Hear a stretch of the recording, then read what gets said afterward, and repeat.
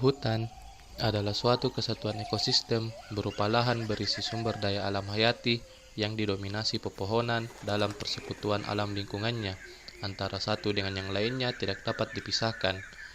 Sebagai paru-paru dunia, tentunya hutan banyak memberikan manfaat untuk kita.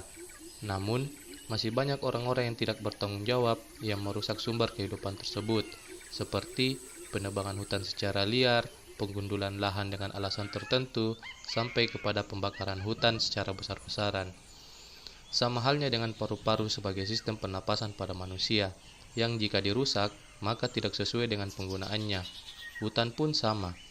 Perusakan hutan menyebabkan hewan kehilangan habitatnya, dan tumbuhan juga berpotensi mengalami kepunahan. Sebagai manusia, kita juga sering merasakan dampak dari perusakan hutan tersebut, mulai dari bencana alam banjir sampai terjadinya tanah longsor. Sebagai kesatuan ekosistem yang berfungsi sebagai sumber daya alam yang bernilai ekologis, ekonomis, dan sosial, hutan layak dipertahankan dan dijaga kelestariannya. Tidak hanya harus dijaga, hutan juga bisa dimanfaatkan dan digunakan secara tepat.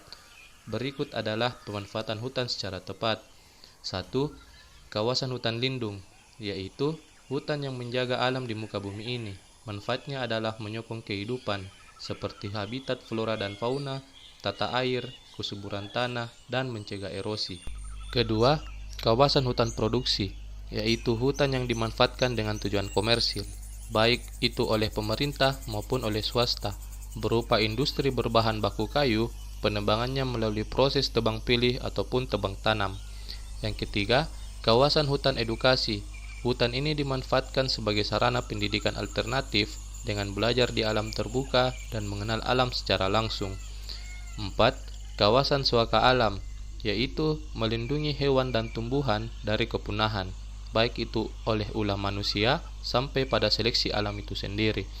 Yang kelima, kawasan hutan wisata, yaitu pemanfaatannya sebagai hutan wisata keluarga, di mana di dalam hutan ini terdapat berbagai tumbuhan dan hewan liar yang hidup bebas, namun tersedia juga fasilitas yang dapat menjamin kenyamanan dan keselamatan para pengunjungnya.